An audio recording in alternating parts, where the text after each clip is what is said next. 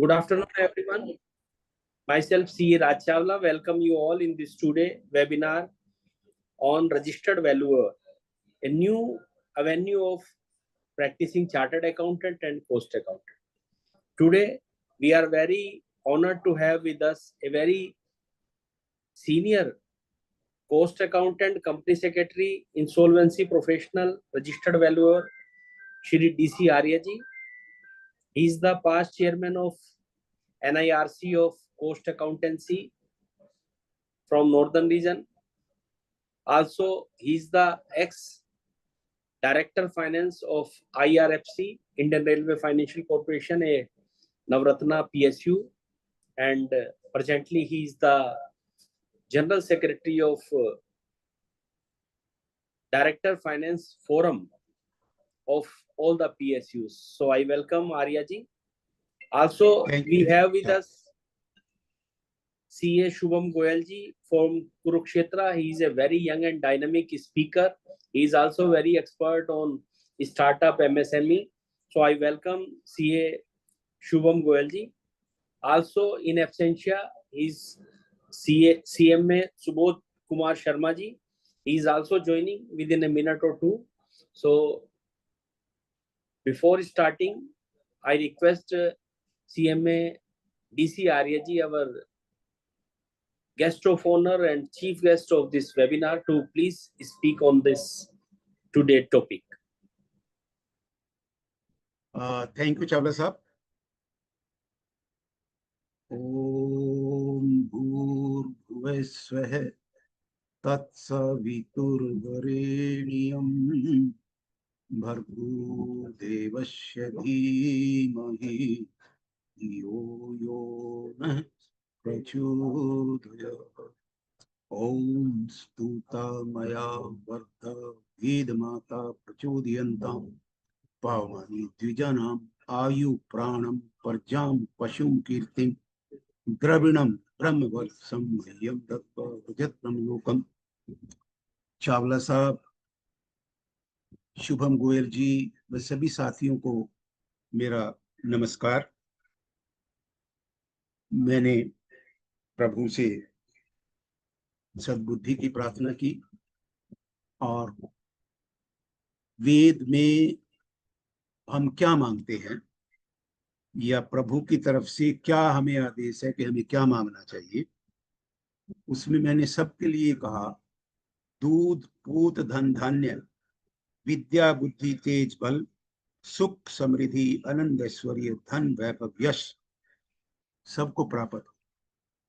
यानी हमें हमारे लिए वेद में ये कहा गया है धन ही बुद्धि है, धन ही बल है. तो आज का जो टॉपिक है, हम सभी प्रोफेशनल्स हैं. प्रोफेशनल्स के लिए मल्टी डिसिप्लिन्स हैं, मल्टी ऑप्शंस हैं, जिनमें से वैल्यूएशन एक जो है धन उपार्जन का एक बहुत बड़ा जो है एक एवेन्यू उभर करके आ रहा है. कंपनीज एक्ट, सेबी, इंसॉल्वेंसी, तरह तरह की रिक्वायरमेंट्स आ रही हैं. शुरुआत में भी वैल्यूएशन होता था, शेयर ट्रांसफर होते थे, प्रेफरेंशियल शेयर कैपिटल ट्रांसफर, उसकी वैल्यूएशन इशू की होती थी, मर्जर्स एक्विजिशंस होते थे, आप पूरे बिजनेस का वैल्यूएशन होता था, उनके केसेस भी चलते थे, चैलेंज भी होते थे. आज भी इसका एक रेगुलेटेड सिस्टम बनाया गया है वर्तमान सरकार के द्वारा, जिसके तहत जो है वैल्यूएशन को रजिस्टर्ड वैल्यूअर कहा गया है. रजिस्टर्ड वैल्यूअर के लिए उसे अपने कुछ एग्जाम पास करने पड़ते हैं, उसकी एलिजिबिलिटी क्राइटेरिया हैं, वो सारे आज हमारे जो है शुभम गोयल जी और सिद्धार्थ शर्मा जी उनका डिस्कस करेंगे. उस डिटेल में मैं नहीं जाना चाहता, पर हम ये जरूर कहना चाहता हूँ कि माँ लक्ष्मी के बिना किसी का काम नहीं चलता. रिस्पेक्टेबल लाइफ के लिए जो स्थान धन का है वो स्थान किसी अन्य चीज का नहीं है. स्वस्थ भी हम धन अगर हमारे पास प्रॉपर मात्रा में है तो हम स्वस्थ भी रह सकते हैं, हमारा मस्तिष्क भी शांत रहेगा, स्वस्थ रहेगा, उन्नति हम अपने जीवन में कर पाएंगे। इसलिए हमें जो है धन उपार्जन के तरह तरह के जो साधन हैं जो हम जुटा सकते हैं, हमें जुटाना चाहिए। मैं आपको एक जस्ट एक उदाहरण शेयर करता हूँ। एक बार मैं माता मनसा देवी के मंदिर में पंचकूला में बैठा हुआ था, मनी माजरा में। तो वहाँ एक जो है उनके जो है स्वामी जी थे, वो आए जो है अपनी पूजा अर्चना करके। उनके कक्ष में मैं बैठा हुआ था, वो मेरे अच्छे घनिष्ठ मित्र हैं। आकर के उन्होंने अपना जो थैला था वो टांग दिया, और उन थोड़े समय में उनको किसी चीज की जरूरत पड़ी, उन्होंने सेवक को कहा कि भाई वो मुझे देना। और सेवक ने वो जो थैला था उठाया और नीचे रख दिया, और वो उस पर बहुत गुस्सा हो गए, कुपित हो गए। अरे भाई ये क्या करते हो, माँ लक्ष्मी को पैरों में रखते हो? ये हम तो साधु हैं, हमारे पास तो वैसे ही थोड़ी उगती है, हमें ज्यादा भूख भी नहीं है, पर उसका अनादर कैसे कर सकते हैं? तो वैल्यूएशन जो है धन उपार्जन का एक महत्वपूर्ण साधन है। मेरा यही सभी से रहेगा, मतलब प्रोत्साहन ही रहेगा, मेरी तरफ से प्रोत्साहन के शब्द रहेंगे कि आपको तरह तरह से करना चाहिए। वैल्यूएशन उसमें एक है, आपको वैल्यूएशन के फील्ड में जरूर जाना चाहिए। तो इन्हीं शब्दों के साथ में सौरभ शुभम गोयल जी से चावला जी को देता हूं मैं। चावला जी आगे का। Thank you, Arya ji, for your opening remarks. And now I request CA Shubham Goyal ji to please start his deliberation. First of all, I would like to thank Raj Chawla sir to providing me this opportunity to take a session today. And I would also like to thank Diwan Arya sir to enlighten us with your knowledge, sir. So let us all start our today discussion without wasting any time.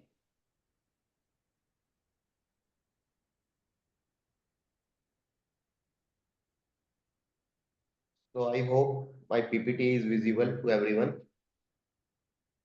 So we'll make this session interactive. So in case you have any query, you may ask as and when it is required. So as you know, our topic for today discussion is registered valuer, new avenue of practice for professional. तो जैसा कि हम सभी जानते हैं कि अभी returns का टाइम चल रहा है। तो जैसे अभी 15 सितंबर ITR रिटर्न फाइलिंग की डेट है, 30 सितंबर हमारी टैक्स ऑडिट फाइलिंग की डेट है, उसके बाद 31 अक्टूबर हमारी जो ऑडिटेड केस है उनकी रिटर्न्स की डेट्स हैं, उसके बाद फिर कंपनी के कंप्लायंसेस एक्सेट्रा हैं। तो जनरली अभी अगर हम आगे फ्यूचर विजन देखें हमारे सीए की प्रैक्टिस का या फिर प्रोफेशनल की प्रैक्टिस का, तो उसमें अब कुछ दो अलग अलग स्ट्रेटजीज निकल के हमारे सामने आती हैं। एक स्ट्रेटजी तो ये है कि हम जैसे ट्रेडिशनल प्रैक्टिस में आगे बढ़ रहे हैं, उसमें हम इनकम टैक्स की सर्विस भी प्रोवाइड करते हैं, जीएसटी की सर्विसेज भी प्रोवाइड करते हैं, एंड कंपनीज एक्ट की भी प्रोवाइड करते हैं। सेकंड हमारे पास जो स्ट्रेटजी आती है उसमें हम एक स्पेशलाइजेशन की तरफ जा सकते हैं। तो उसी स्ट्रेटजी में आगे बढ़ते हुए ऐसे कौन कौन से फील्ड हैं जिसमें हम एज अ स्पेशलाइज्ड सीए आगे बढ़ सकते हैं। तो हमारा आज का टॉपिक रहेगा रजिस्टर्ड वैल्यूअर का। तो ये है हमारा आज के कुछ टॉपिक्स हम जो डिस्कस करेंगे। Indian economy, evolution of valuation, category of registered valuers, eligibility for becoming registered valuer, qualification and experience, procedure, list of RVO। RVO क्या होते हैं ये भी हम डिस्कस करेंगे। वैल्यूएशन रिक्वायरमेंट कि कहाँ कहाँ पे वैल्यूएशन की रिक्वायरमेंट है, valuation bill, growing industry and future of valuation profession. तो सबसे पहले हम जैसा हम जानते हैं कि अब इंडिया करंटली जापान को सरपास करके करंट ईयर में फोर्थ लार्जेस्ट जीडीपी के साथ fourth largest country in terms of GDP बन चुका है 2025 में। और ये जो हमारी जर्नी है इंडिया की जीडीपी को आगे लेके जाने की, तो ये एस्टिमेशन हमारा है, काफी एक रियलिस्टिक एस्टिमेशन है कि हम 2047 तक इंडिपेंडेंस के 100 ईयर्स तक अप्रोक्सीमेटली $30 ट्रिलियन के आसपास की हमारी इंडियन इकोनॉमी रहेगी।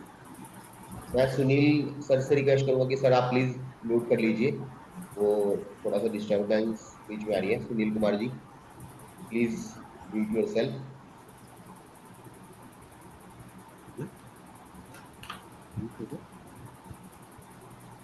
अगर मॉडरेटर्स मेरी बात सुन रहे हैं तो please sir mute all other participants.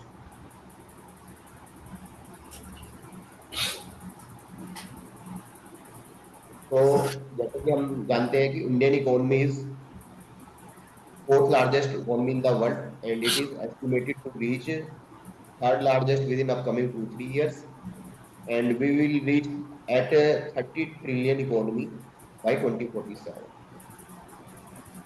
Second यहाँ पे हम देखते हैं, इससे पहले तो हमने देखी कि नॉमिनल टर्म्स में कि इंडियन इकोनॉमी 4.187 ट्रिलियन, लेकिन अगर हम आज की डेट में 2025 में परचेजिंग पावर पैरिटी के अकॉर्डिंग करंट इंटरनेशनल डॉलर के, Indian economy already third largest economy है, और जो उसकी वैल्यू है, जो अगर हम अपनी इकोनॉमी को परचेजिंग पावर पैरिटी से एडजस्ट करें तो हमारी इकोनॉमी अप्रोक्सीमेटली 17.64 ट्रिलियन डॉलर के अप्रोक्सीमेटली वो है। जबकि हम देख सकते हैं कि चाइना की इकोनॉमी 40.71 ट्रिलियन है।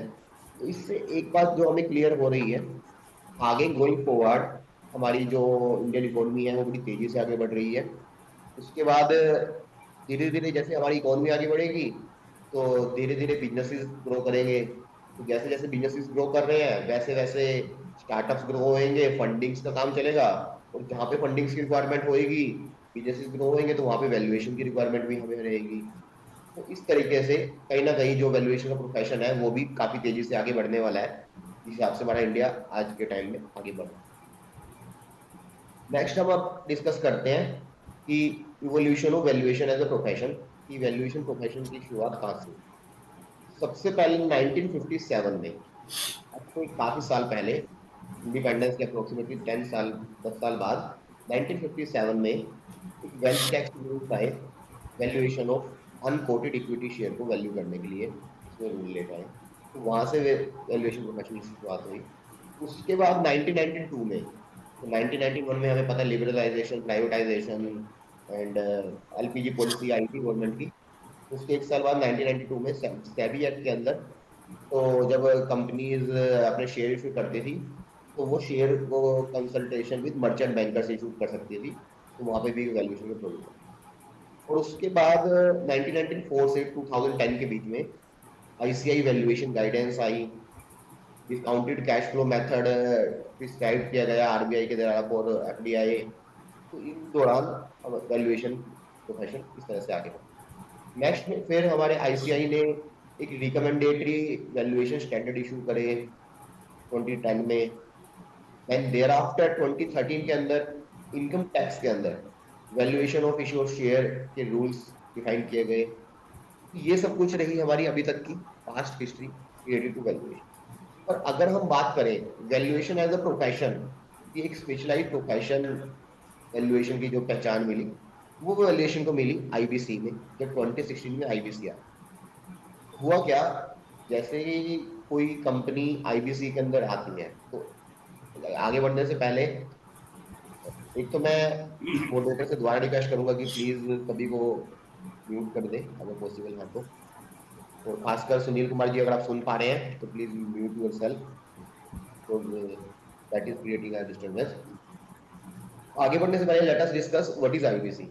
आईबीसी के अंदर क्या होता है कि अगर कोई भी कंपनी जिसकी अगर 1 करोड़ से ज्यादा के पेमेंट पेंडिंग है और उसने पेमेंट अभी पे नहीं करी है, तो जो उसके क्रेडिटर है, चाहे वो फाइनेंशियल क्रेडिटर है चाहे ऑपरेशनल क्रेडिटर्स है, उस कंपनी को एनसीएलटी में लेके जा सकते हैं और वहां पे कह सकते हैं कि सर इस कंपनी को दिवालिया घोषित किया जाए, इस घोषित किया जाए और हमें इसके एसेट बेच के हमें अपने पैसे दिए जाए। तो इसमें दो चीजें होती हैं। सबसे पहले वहां पे एक रेजोल्यूशन प्रोफेशनल पॉइंट होता है, आरपीओ पॉइंट होता है, जो कि हम जानते हैं कि वो सीए, सीएस, सीएमए और अदर फाइनेंशियल प्रोफेशनल्स में से ही होता है। तो आरपीओ पॉइंट होएगा, तो जैसे ही कोई आरपीओ पॉइंट होएगा तो उन्हें उन्हें जल्दी से जल्दी वहां पे वैल्यूअर की अपॉइंटमेंट करनी होती है। तो जैसे हम डिस्कस करेंगे आगे कि 3 कैटेगरीज के वैल्यूअर होते हैं, तो हर कैटेगरी के 2-2 वैल्यूअर की अपॉइंटमेंट होती है। जैसे ही कोई आरपीओ पॉइंट होता है तो उसे 6 वैल्यूअर की अपॉइंटमेंट करनी है। आईपीसी जैसे ही आई तो वहां से एक वैल्यूएशन एज ए प्रोफेशन का स्कोप इंक्रीज हुआ। नेक्स्ट उसके बाद जो वैल्यूएशन प्रोफेशन की जो स्कोप इंक्रीज हुआ वो हमारा हुआ है कंपनीज एक्ट में। तो 2017 के अंदर कंपनीज एक्ट के वैल्यूएशन रूल्स आए। तो बेसिकली जो हमारा कंपनीज एक्ट 13 है उसके कुछ प्रोविजंस 2017 में इफेक्टिव हुए और वहां से वैल्यूएशन एज अ प्रोफेशन का स्कोप काफी हद तक बढ़ गया, क्योंकि कंपनीज एक्ट में काफी जगह ये मेंशन है कि अगर आप शेयर इशू कर रहे हैं तो उस केस में आपको वैल्यूएशन की रिक्वायरमेंट है। अगर कंपनी अमेलगमेशन में जा रही है तो उस केस में आपको वैल्यूएशन की रिक्वायरमेंट है।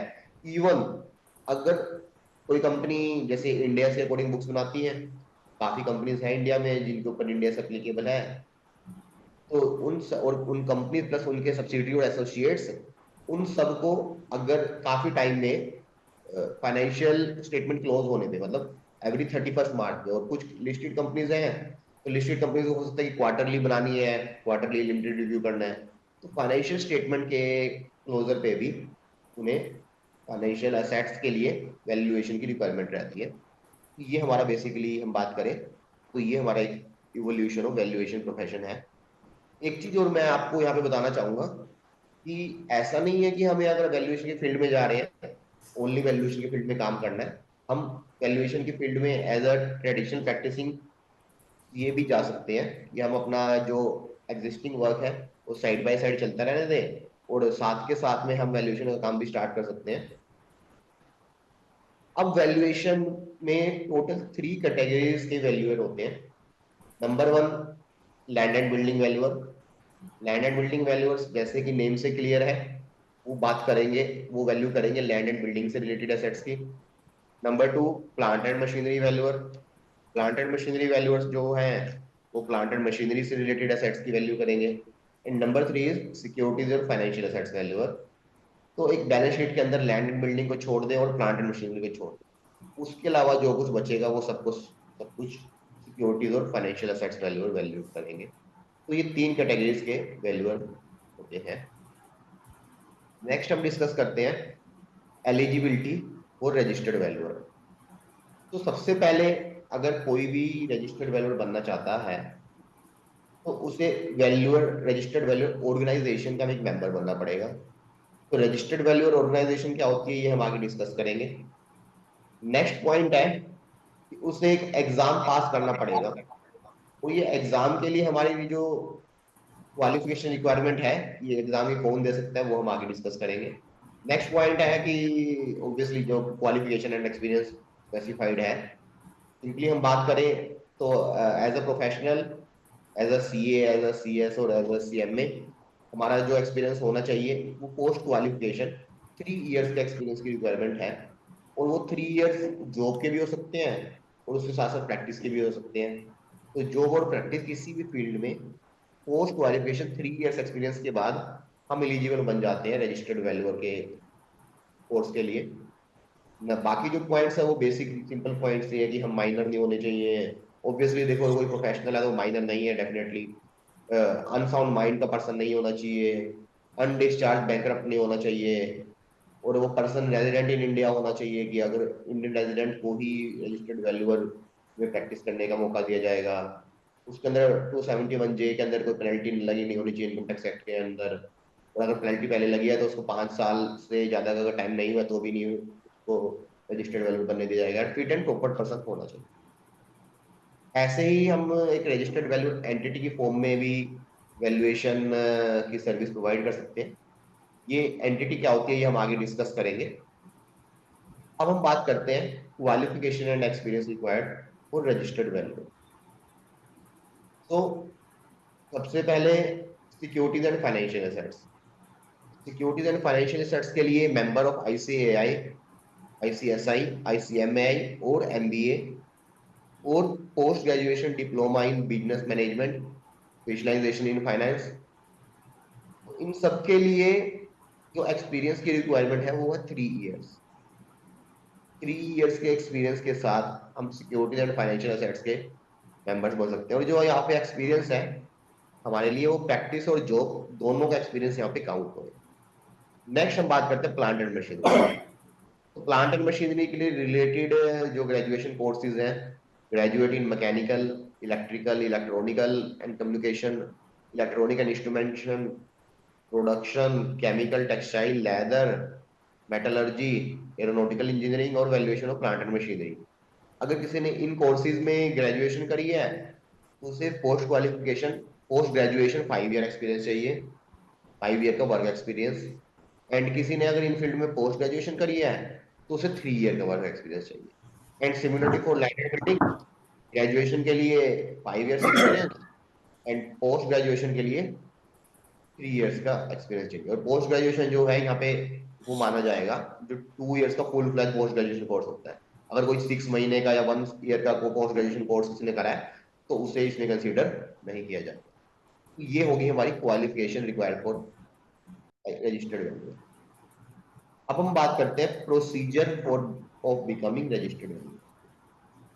प्रोसीजर पे आने से पहले मुझे लगता है कि हम ना एक बार डिस्कस कर लेते हैं कि वैल्यूएशन की रिक्वायरमेंट कहाँ कहाँ पे है, कि टोटल रिक्वायरमेंट क्या रहती है. तो now let us discuss requirement of valuation under Companies act.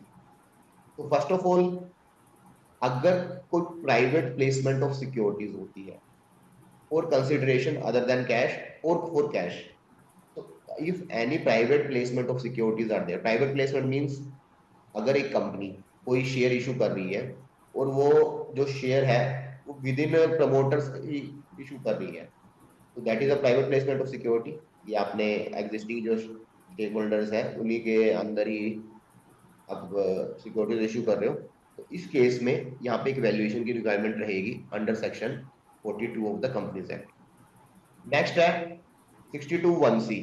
62(1)(c) section of companies act ये क्या कहता है कि अगर आप प्रेफरेंशियल इशू शेयर कर रहे हैं तो एक एग्जिस्टिंग कंपनी है, वो हो सकता है कि एग्जिस्टिंग शेयर होल्डर या फिर उनके फ्रेंड्स एंड फैमिली के अंदर कोई इशू शेयर कर रही है या फिर अदर पर्सन को कर रही है जिनको वो ऑलरेडी जानती है, तो उस केस में भी वैल्यूएशन की रिक्वायरमेंट रहेगी. नेक्स्ट है कि अगर आप अपने एम्प्लॉइज को स्वेट इक्विटी शेयर इशू कर रहे हो या फिर एक डिस्काउंट पे और कंसिडरेशन अदर देन कैश में शेयर इशू कर रहे हो, इस केस में भी सेक्शन 52 के अंदर वैल्यूएशन की रिक्वायरमेंट रहेगी. नेक्स्ट है कि अगर आप कोई बॉन्ड और डिवेंचर इशू करते हो that is secured by chart, तो डिवेंचर और बॉन्ड के केस में भी वैल्यूएशन की रिक्वायरमेंट है.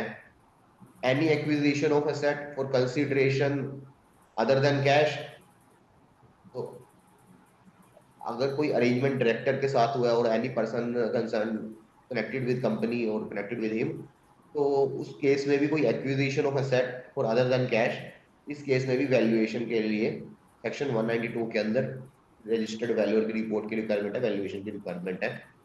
नेक्स्ट है shares and property of and all asset tangible and intangible in corporate debt restructuring. तो कभी भी कॉर्पोरेट डेट रिस्ट्रक्चरिंग होती है कोई भी, तो डेट रिस्ट्रक्चरिंग सिंपली मींस कि अगर कोई सी कंपनी का कोई लोन था, फॉर एग्जांपल लोन था 2 करोड़ का, और वो 2 करोड़ का लोन कंपनी ने जैसे कुछ रीपे कर दिया था, 1.2 करोड़ का पेंडिंग था, अब कंपनी लोन रीपे नहीं कर पा रही, तो बैंक क्या करता है, बैंक डेट को रिस्ट्रक्चर कर देता है. तो बैंक जो लोन प्लस इंटरेस्ट है उसके लिए रिवाइज शेड्यूल बना लेता है और फर्दर रिवाइज हो सकता है कि अर्लियर इंटरेस्ट रेट हो सकता है कि 12% पे था, तो लेकिन डेट रिस्ट्रक्चरिंग के अंदर उसके अंदर जो इंटरेस्ट के साथ जो अमाउंट नेट बच गई है 1.5 करोड़, उसके ऊपर जो रिवाइज्ड इंटरेस्ट रेट है हो सकता है कि 1-2% कम लगाए, 10% कम लगाए. ऐसी कोई डेट रिस्ट्रक्चरिंग होएगी तो उस केस के अंदर भी वैल्यूएशन की रिक्वायरमेंट रहेगी. नेक्स्ट है कि कंप्रोमाइज और arrangement between members with creditors. कोई अमलगमेशन का केस है, उस केस में भी हमें वैल्यूएशन की रिक्वायरमेंट है. अगर कोई मर्जर एक्विजिशन है तो उस केस में भी वैल्यूएशन की रिक्वायरमेंट है. और स्टार्टअप्स के अंदर तो ये काफी आम कल्चर है कि वो एक दूसरी कंपनीज के अंदर पैसे इन्वेस्ट करना, एक दूसरी छोटी मोटी कंपनीज को एक्वायर करना, 2 कंपनी मिलकर तीसरी कंपनी बनाना. तो जनरली हर केस में इसमें वैल्यूएशन की रिक्वायरमेंट रहेगी. और अगर कोई माइनॉरिटी शेयर होल्डर अपना एग्जिट लेना चाहता है मर्जर एक्विजिशन की स्कीम से, उसमें अलग से रिक्वायरमेंट है. और अगर कंपनी लिक्विडेशन में जा रही है तो लिक्विडेशन के केस में भी वैल्यूएशन की अलग से रिक्वायरमेंट है. एंड वॉलंटरी वाइंडिंग अप के केस में भी वैल्यूएशन की रिक्वायरमेंट है. और any dissenting member of the transfer company, अगर कोई भी डिसेंटिंग मेंबर है कि वो जो चाहता है कि मर्जर एक्विजिशन सेटिस्फाई नहीं है और वो अपना कैश में सेटलमेंट चाहता है लिक्विडेशन के केस में, तो तो उस केस में भी वैल्यूएशन की रिक्वायरमेंट है। तो इस तरह से कंपनीज एक्ट के अंदर डिफरेंट टोटल 12 प्रोविजन के अंदर वैल्यूएशन की रिक्वायरमेंट है यहाँ पे। नेक्स्ट हम डिस्कस करते हैं आईबीसी के अंदर। जैसे कि मैंने आपको बताया, जैसे ही कोई कंपनी आईबीसी में आएगी तो जो आरपी है, रेजोल्यूशन प्रोफेशनल है, उसे 6 वैल्यूअर्स की अपॉइंटमेंट करनी पड़ेगी। तो जैसे कि हम देख पा रहे हैं 3 कैटेगरी के वैल्यूअर है, तो 2 वैल्यूअर की जो अपॉइंटमेंट होगी वो सिक्योरिटीज फाइनेंशियल एसेट कैटेगरी की होगी, 2 वैल्यूअर की अपॉइंटमेंट होगी जो लैंड एंड बिल्डिंग कैटेगरीज की होगी, एंड 2 वैल्यूअर्स की अपॉइंटमेंट होगी plant and machinery valuer category के अंदर। टोटल 6 वैल्यूअर हो जाएंगे। अब आप में से कोई हो सकता है कि सर अगर आजकल जो बिजनेस मॉडल होते हैं उसके अंदर लैंड एंड बिल्डिंग होती ही नहीं है, तो उस केस में क्या किया जाएगा? तो बिल्कुल ठीक है, जिसमें लैंड एंड बिल्डिंग नहीं होगी कंपनी में, उसमें लैंड एंड बिल्डिंग की वैल्यू की अपॉइंटमेंट नहीं होगी, उसमें 2 plant and machinery and 2 SFA के ही होंगे। एंड कुछ कह सकते हैं कि आजकल कुछ ऐसे मॉडल भी होते हैं जिसमें प्लांट एंड मशीनरी भी नहीं होती, कि फॉर एग्जाम्पल कि कुछ प्लांट एंड मशीनरी में है ही नहीं, तो फिर उस केस में क्या किया जाएगा? तो उस केस में प्लांट एंड मशीनरी के भी नहीं होंगे। पर क्या आप बताइए, कोई ऐसा केस हो सकता है जिसमें कंपनी का बैंक अकाउंट ना हो, कंपनी के डेटर्स ना हो, कंपनी को क्रेडिटर्स ना हो? ऐसा तो बिल्कुल नहीं होएगा ना। चाहे किसी भी आईबीसी के केस में लैंड एंड बिल्डिंग वैल्यूअर की अपॉइंटमेंट हो या ना हो, चाहे किसी भी कंपनी के केस में प्लांट एंड मशीनरी वैल्यूअर की अपॉइंटमेंट हो या ना हो, पर हर एक सिंगल केस में सिक्योरिटीज फाइनेंशियल एसेट वैल्यूअर की अपॉइंटमेंट तो होगी। रीजन बीइंग, हर कंपनी का एक बैंक अकाउंट होएगा, हर कंपनी के कुछ ना कुछ डेटर होंगे। इसी वजह से जैसे ही कोई भी केस आईबीसी में इनरोल होता है, तो उसी मूवमेंट पे 2 रजिस्टर्ड वैल्यूअर को केसेस मिल जाते हैं, या फिर कि 2 नए रजिस्टर्ड वैल्यूअर के अपॉर्चुनिटी आ जाती है। और अगर हम देखेंगे, आप अगर आईबीबीआई की साइट पे चेक करेंगे, तो ये आईबीबीआई की साइट पे ना डेली बेसिस पे, ऑलमोस्ट डेली बेसिस पे, अगर मैं बात करूं वीकली एवरेज में, एक वीक के अंदर ना कम से कम भी 8-10 केसेस तो ऐसे आ ही जाते हैं जो आईबीसी के अंदर रिक्रूट होते हैं, मतलब जो एनसीएलटी के अंदर जाते हैं और आईबीसी के अंदर एडमिट होते हैं। तो आप कह सकते हैं वीकली बेसिस पे अगर ऑन एन एवरेज हम 8 केस भी लगाएं, तो 16 रजिस्टर्ड वैल्यू की रिपोर्ट्स यहाँ पे वहाँ पे स्कोप ऑफ वर्क के अंदर आती है।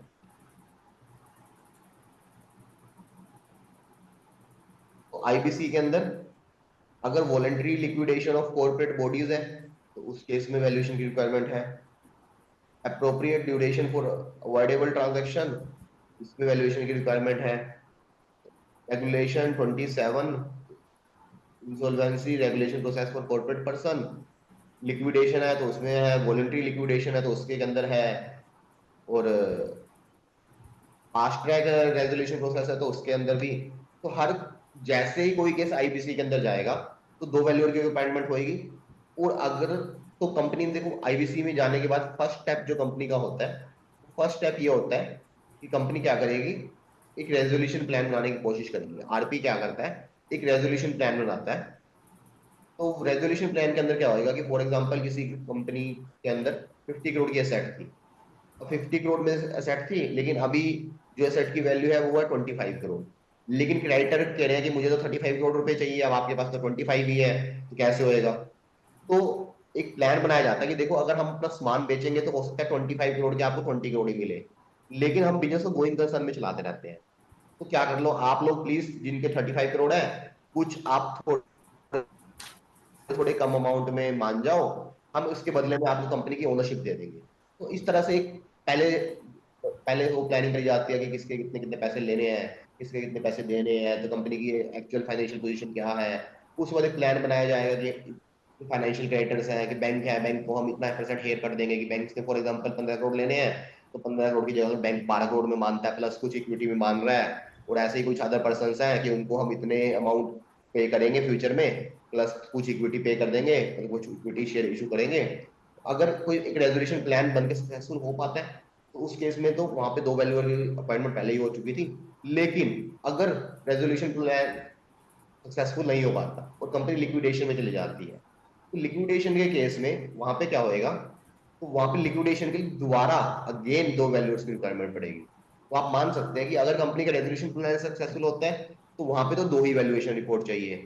पर लेकिन अगर किसी केस में रेजोल्यूशन प्लान सक्सेसफुल नहीं हुआ और कंपनी लिक्विडेशन में जाती है, तो 2 वैल्यूएशन रिपोर्ट तो हमारी बनी स्टार्टिंग में रेजोल्यूशन प्लान के टाइम पे, और 2 वैल्यूएशन की रिपोर्ट दोबारा अलग से लिक्विडेशन के टाइम पे दोबारा वैल्यूअर की अपॉइंटमेंट होगी, और वहां पे दोबारा वैल्यू होगी तो वो 2 वैल्यूअर होंगे, वो अलग अलग वैल्यूअर्स होंगे, क्योंकि उसके अंदर प्रोविजन ये है कि अगर उनकी जो वैल्यू के अंदर डिफरेंस है वो 25% से ज्यादा आएगा, तो उसमें उनको जो आरपी है उसको एक थर्ड वैल्यूअर अपॉइंट करना पड़ेगा। इस तरह से हम देख सकते हैं कि जो आईबीसी के अंदर भी हमारे पे यहाँ पे वैल्यूएशन का स्कोप है। अदर वैल्यूएशन रिक्वायरमेंट की हम बात करते हैं, ये तो हमारी होगी कंपनीज एक्ट एंड आईबीसी के अंदर। इसके अलावा हम बात करें अदर वैल्यूएशन जो रिक्वायरमेंट है, इनकम टैक्स एक्ट के अंदर सेक्शन 56 to 7B के अंदर भी वैल्यूएशन की रिक्वायरमेंट है। उसके बाद जो सेक्शन 50A है, सेल ऑफ अनकोटेड शेयर, उसके अंदर वैल्यूएशन की रिक्वायरमेंट है। सेक्शन 56 to 10 के अंदर वैल्यूएशन की रिक्वायरमेंट है। और सेक्शन 9(1) के अंदर sale of share of an Indian company by foreign entity, उसके अंदर भी वैल्यूएशन की रिक्वायरमेंट है। तो ये जो अभी तक इससे पहले जो हमने वैल्यूएशन की रिक्वायरमेंट देखी, वो वैल्यूएशन की रिक्वायरमेंट थी एज अ रजिस्टर्ड वैल्यू, जो हम साइन कर सकते हैं एज अ रजिस्टर्ड। तो ये जो वैल्यूएशन की रिक्वायरमेंट है, ये हम एज अ सीए भी साइन कर सकते हैं। इन वैल्यूएशन की रिक्वायरमेंट के लिए हमें रजिस्टर्ड वैल्यू का कोर्स की भी रिक्वायरमेंट नहीं है, हम एज अ सीए भी इनको कर सकते हैं। इसके अलावा अगर हम और बात करें, जो सेबी के रियल एस्टेट इन्वेस्टमेंट ट्रस्ट और इंफ्रास्ट्रक्चर इन्वेस्टमेंट ट्रस्ट है, रीट एंड इनविट, इनके अंदर भी एक रजिस्टर्ड वैल्यूअर की रिक्वायरमेंट होती है और उसमें रजिस्टर्ड वैल्यूअर ही साइन कर सकता है। उसके अलावा मैं बात करूं, एक वैल्यूअर बिल 2020 है, जो अभी पेंडिंग टू बी पास है इन पार्लियामेंट, पर जैसे ही वो बिल पास होएगा तो उस केस में वैल्यूअर का स्कोप ऑफ वर्क इंक्रीज हो जाएगा।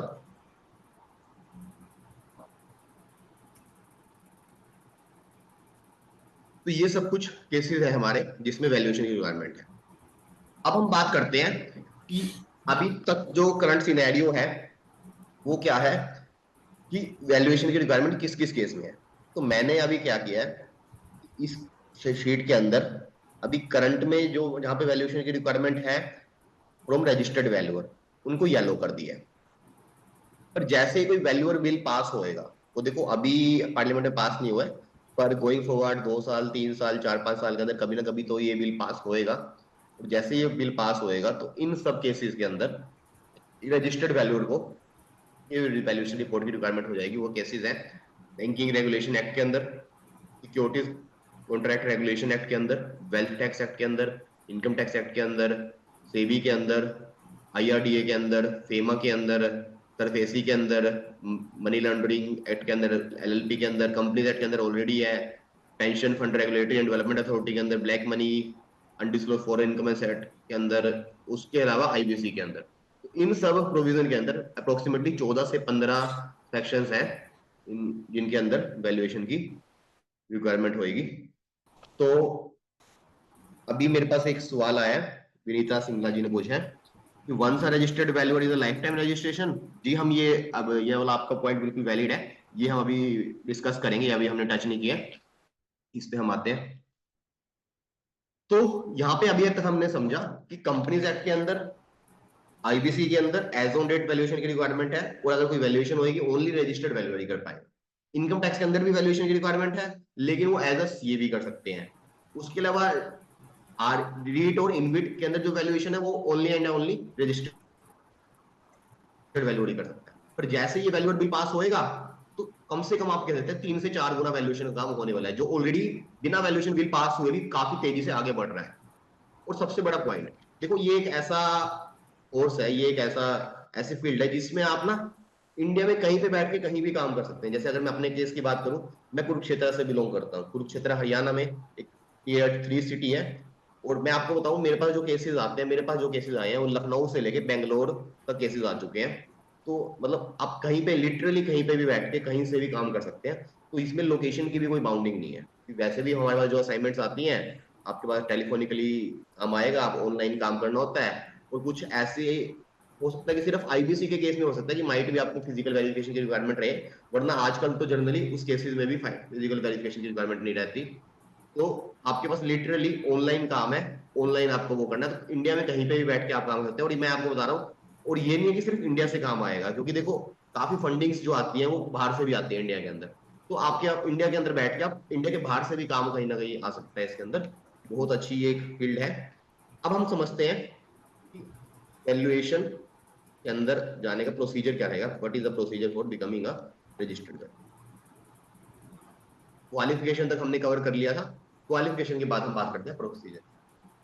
तो प्रोसीजर में यहाँ पे सबसे पहले हमें एक रजिस्टर्ड वैल्यूअर ऑर्गेनाइजेशन से 50 आवर्स का कोर्स करना पड़ेगा। अब ये रजिस्टर्ड वैल्यूअर ऑर्गेनाइजेशन क्या है, पहले हम ये समझते हैं। तो रजिस्टर्ड वैल्यूअर ऑर्गेनाइजेशन जो है वो क्या है, आईबीबीआई के अंदर टोटल 16 आरबीओज हैं। आरबीओज मीनिंग ऐसे ऑर्गेनाइजेशन जो रजिस्टर्ड वैल्यूअर को ऑर्गेनाइज करते हैं, रजिस्टर्ड वैल्यूअर को इंपावर करते हैं और रजिस्टर्ड वैल्यूअर को रेगुलेट करते हैं। तो आईबीबीआई होगी एक सुप्रीम अथॉरिटी। अब आईबीबीआई सब कुछ खुद से तो करने से रही, क्योंकि उसके पास ऑलरेडी भी उसको एनसीएलटी के केसेस भी देखने और भी कुछ काफी अलग अलग चीजें मैनेज करनी है, उसके अंदर आईबीसी के केसेस भी आते हैं, वैल्यूएशन भी आते हैं और भी काम आते हैं। तो आईबीबीआई एक तो रेगुलेटरी अथॉरिटी होगी। तो आईबीआई ने ऑथराइज कर दिया कि आप क्या करो, रजिस्टर्ड वैल्यू ऑर्गेनाइजेशन बनाओ और वो ऑर्गेनाइजेशन फर्दर अपने मेंबर्स को ऑर्गेनाइज करेंगे, रेगुलेट करेंगे। एज ऑन डेट टोटल 16 आरबीओ है। तो अगर हम इसमें बात करें, जो ज्यादा मेंबर्स हैं आईओवी आरबीओ के अंदर है, नंबर 2 पे जो आरबीओ है उसके अंदर सबसे ज्यादा रजिस्टर्ड मेंबर है। उसके अलावा हम देखें तो तीनों अलग अलग प्रोफेशनल्स के भी अपने आरबीओ है, जैसे नंबर 3 पे आईसीएसआई आरबीओ है, नंबर 5 पे आईसीएमएआई आरबीओ है, नंबर 6 पे आईसीएआई आरबीओ है। और ऐसा ज्यादातर केसेस में 16 के 16 आरबीओ में से मैक्सिमम आरबीओ ऐसे हैं जो तीनों कैटेगरीज के मेंबर्स अलाउ करते हैं। मतलब कि एसएफए कैटेगरी का मेंबर्स भी आरबीओ के अंदर रजिस्ट्रेशन ले सकता है, लैंड एंड बिल्डिंग का भी कर सकता है और प्लांट एंड मशीनरी का भी। मैं ये इसलिए डिस्कस कर रहा हूँ कि आप लोग सोच सकते हैं कि हम तो सिर्फ as a professional, as a CA, CS और सीएमए हम तो ओनली एसएफए कैटेगरी के वैल्यूएशन कर सकते हैं। पर अगर किसी को लगता है कि हमारे नॉलेज में, हमारे रिलेटिव में, हमारे दोस्त यारों में कोई लैंड एंड बिल्डिंग का कोई पर्सन है, तो प्लांट एंड मशीनरी का पर्सन है और आप उसके साथ मिलकर काम करना चाहते हैं, जनरली वरना ये होता है ना, हमें लगता है कि हम अपने प्रोफेशन के अंदर सिर्फ हम वही सीएस के साथ ही मिलकर काम कर सकते हैं, किसी और पर्सन को पार्टनर नहीं बना सकते। पर ये एक ऐसी फील्ड है जिसमें आप लैंड एंड बिल्डिंग के भी किसी पर्सन को पार्टनर बना के अपने साथ काम कर सकते हैं। मिलके अगर आप करना चाहते हैं तो एंटिटी स्ट्रक्चर में भी काम कर सकते हैं, जैसे हमने पहले डिस्कस किया था कि हम बाद में कवर करेंगे इसको। तो प्रैक्टिस करने के 2 मेथड है रजिस्टर्ड वैल्यूअर के अंदर। एक तो आप प्रैक्टिस कर सकते हैं एज एन इंडिविजुअल, सेकंड आप प्रैक्टिस कर सकते हैं एंटिटी बनाकर। एंटिटी मतलब या तो आपको एलएलपी फॉर्म करनी पड़ेगी या फिर हमें एक कंपनी फॉर्म करनी पड़ेगी, और उस एंटिटी का ऑब्जेक्ट जो रहेगा only and only valuation services ही रहेगा। तो सिंपल बेसिक बात है कि वो इंसॉल्वेंसी वो इंसॉल्वेंट ना हो जो कंपनी है, और उसके सारे डायरेक्टर्स और पार्टनर्स एलिजिबल हो रजिस्टर्ड वैल्यूअर बनने के लिए। तो टोटल 16 आरबीओ है। हमें क्या करना है, हमें इन 16 में से किसी भी एक आरबीओ में से हम एक 50 आवर्स का स्टडी कोर्स होता है वो हमें कंप्लीट करना पड़ेगा। जनरली वो स्टडी कोर्स की जो फीस होती है वो 10,000 से लेकर 20,000 प्लस जीएसटी होती है। तो क्या होता है कि कुछ आरबीओ हो सकता है कि 10,000 प्लस जीएसटी फीस लें, कुछ आरबीओ 15,000, कुछ RBO 20,000, depending upon the nature of the RBO and number of members we are having. तो सबसे पहले तो आपको एक 50 आवर्स कोर्स करना है। अब क्वेश्चन ही उठता है यार 50 आवर्स ये बहुत ज्यादा है, हमारे पास तो टाइम भी नहीं होता, तो ये कैसे होएगा। तो इसमें जो 50 आवर्स के कोर्स होते हैं, इन सभी बातों का ध्यान में रख के जो आरबीओ कोर्स लॉन्च करते हैं वो वीकेंड पे करते हैं। इनकी जो क्लासेस है ऐसा नहीं है कि पूरा वीक होएंगी, तो वीकेंड पे रहेंगी। वीकेंड पे जैसे सैटरडे और संडे को 6 आवर्स की क्लासेस होंगी, और वो टाइमिंग भी इसी तरह से रखते हैं जैसे अभी जो है, अभी हो सकता है कि प्रोफेशनल बिजी हैं, तो जनरली वो जो कोर्स लॉन्च करते हैं वो नवंबर दिसंबर में लॉन्च करते हैं, या फिर जब प्रोफेशनल के पास टाइम है। और क्या होता है कि अब टोटल 16 आरबीओज है। ऐसा भी नहीं है कि आपको भाई कोई कोर्स लॉन्च हो रहा है और आपको इमीडिएटली ज्वाइन करना है। अगर आपके पास टाइम नहीं है तो आप किसी और आरबीओ का कोर्स ज्वाइन कर सकते हैं, 1-2 महीने बाद ज्वाइन कर सकते हैं। तो जनरली ये रहता है कि किसी ना किसी आरबीओ का तो 1-2 महीने के अंदर कोर्स आ ही जाता है। तो सबसे पहले हमें क्या करना है, 50 आवर्स का एजुकेशन मटेरियल कंप्लीट करना है। वहां पे हमें 50 आवर्स की क्लासेस लगानी है।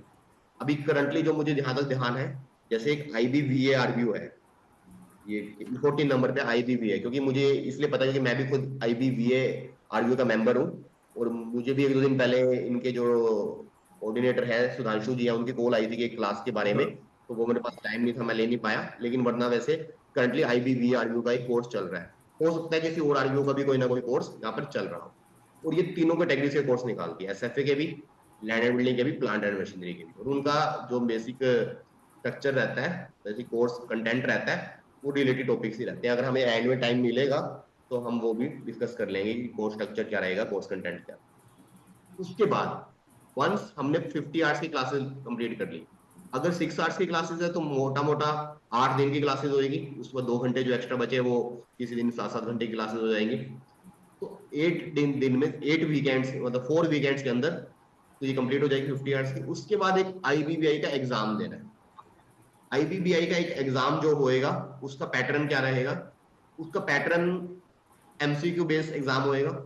60% पासिंग मार्क्स है विद 25% नेगेटिव मार्किंग।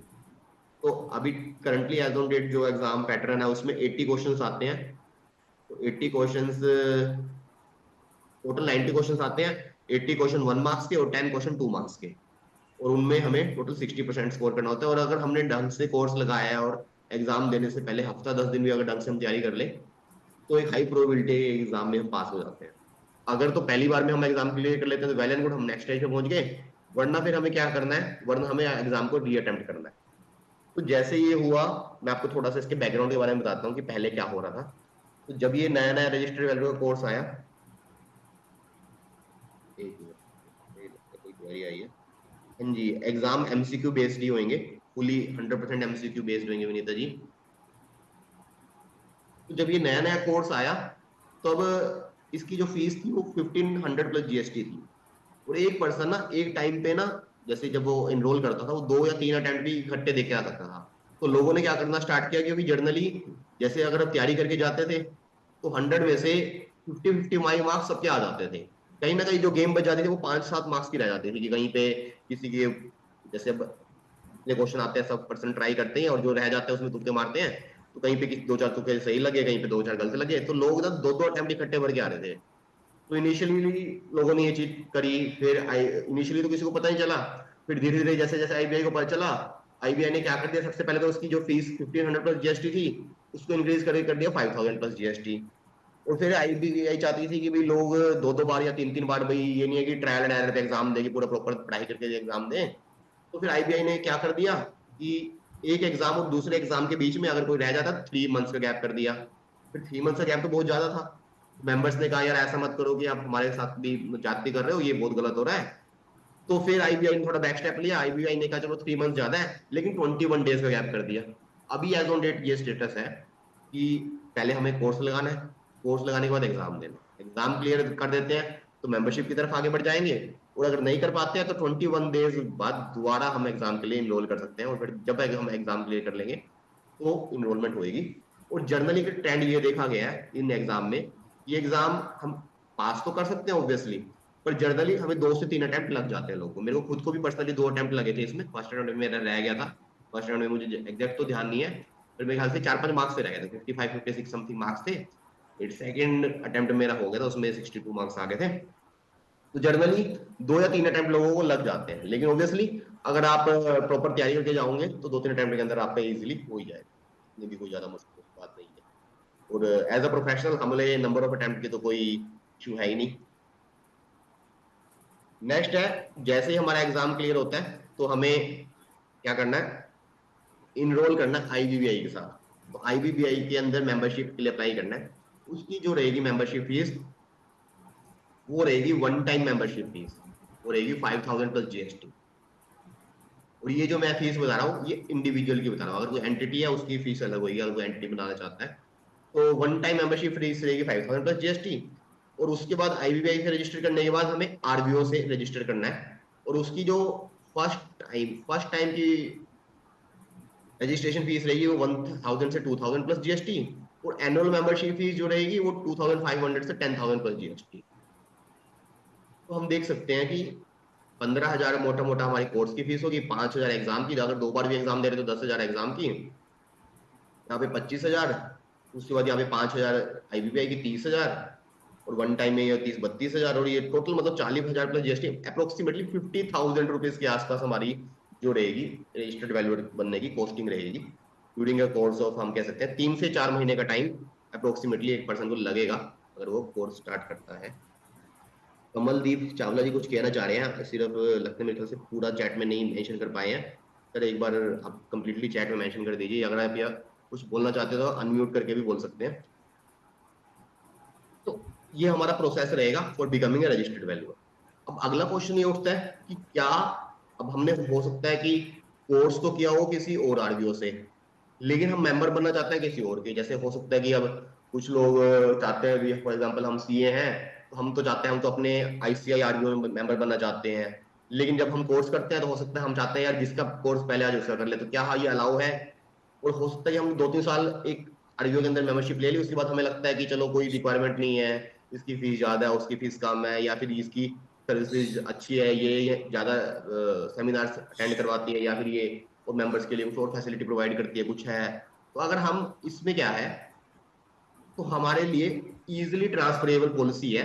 कोई भी मेंबर, कोई भी रजिस्टर्ड वैल्यू जब मर्जी किसी भी वैल्यू किसी भी आरबीओ के अंदर ट्रांसफर ले सकता है, चाहे वो किसी भी आरबीओ से पढ़ाई करे, चाहे वो किसी भी आरबीओ में रजिस्टर्ड हो। एक आरबीओ में रजिस्टर्ड होने के बाद दूसरे आरबीओ में भी जा सकता है। कुछ आरबीओ तो ये फ्री में करते हैं, और कुछ आरबीओ मैक्सिमम 500 से 1000 रुपए की एक ट्रांसफर फीस लेते हैं अगर आप ट्रांसफर कर देते हैं। क्योंकि ये भी आईबीआई की गाइडलाइन के अंदर है, कोई भी आरबीओ को ऐसे मना नहीं करेगा कि आप किसी और के अंदर नहीं जाओगे, तो सबको अलाउ करना पड़ेगा।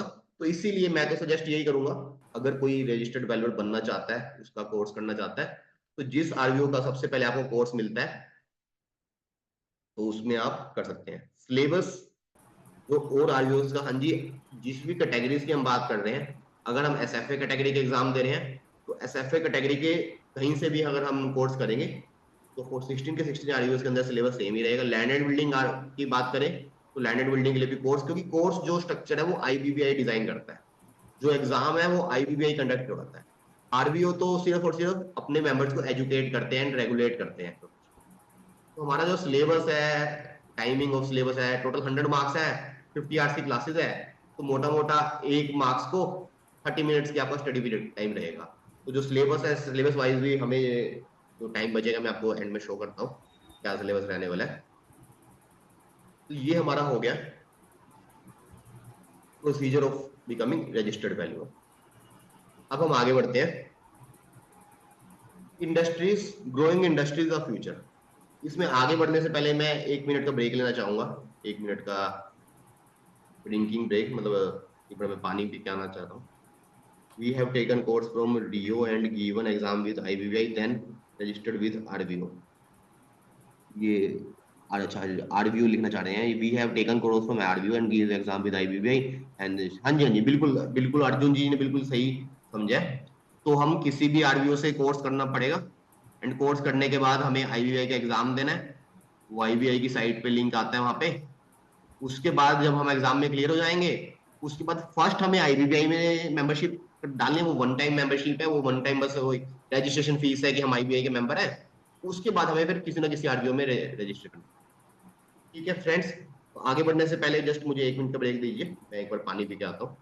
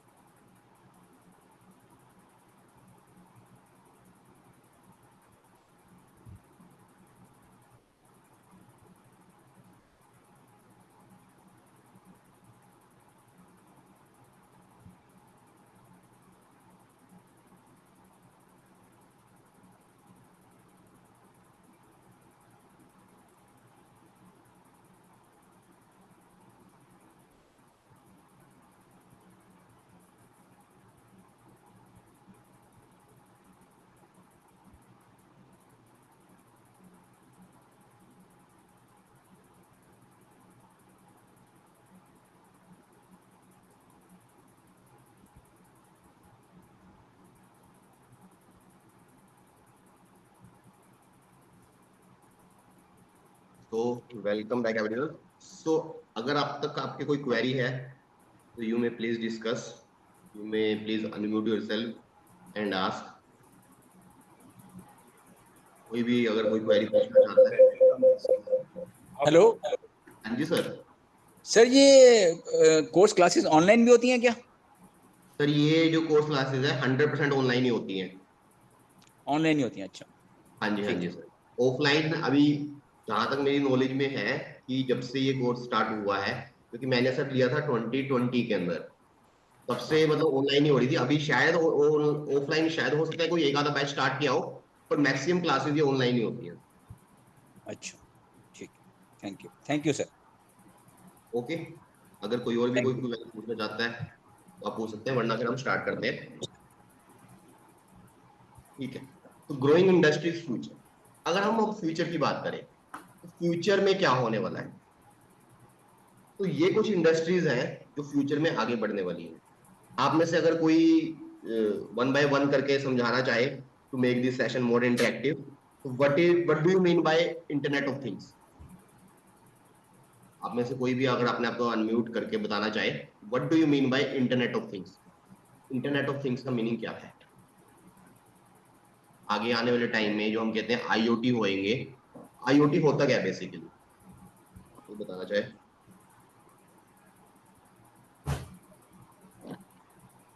या तो आप चैट के थ्रू भी अगर डिस्कस करना चाहे, what do you mean bye IoT? चलो मैं ही डिस्कस करता हूँ, मैं ही बताता हूँ। आईओटी में क्या होता है बेसिकली, जैसे अभी हम देख रहे हैं कि पहले हमारा only and only mobile smart होता था, कि मोबाइल इंटरनेट से कनेक्टेड था, पर अब धीरे धीरे जो इंटरनेट है वो इलेक्ट्रॉनिक चीजों के साथ साथ ना हर एक चीज के अंदर आ रहा है। जैसे फॉर एग्जांपल हम बात करें कि जो हमारी कार है, आजकल हमारी कार के अंदर भी कहीं ना कहीं कुछ कार ऐसे होते हैं जिसके अंदर, जैसे मुझे ध्यान आ रहा है, जैसे एमजी है, एमजी के अंदर एक कार, एक मॉडल आता है उसमें लिखा होता है इंटरनेट इनसाइड।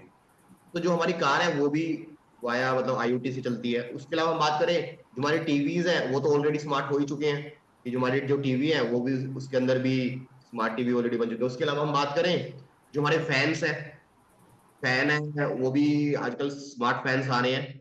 उसके अंदर ऑटोमेटिकली सेंसर्स होते हैं कि लाइट, फैन के अंदर भी लाइट्स होती है, और जो लाइट्स होती है ऑटोमेटिक ऑन ऑफ हो जाती है, कि जैसे ही कोई पर्सन को सेंस करती है। जो फैन है वो भी हमारी बॉडी टेम्परेचर के अकॉर्डिंग अपनी जो स्पीड है उसको कम या ज्यादा करता है। जो एसीज है वो भी हमारे स्मार्ट एसी बन चुके हैं।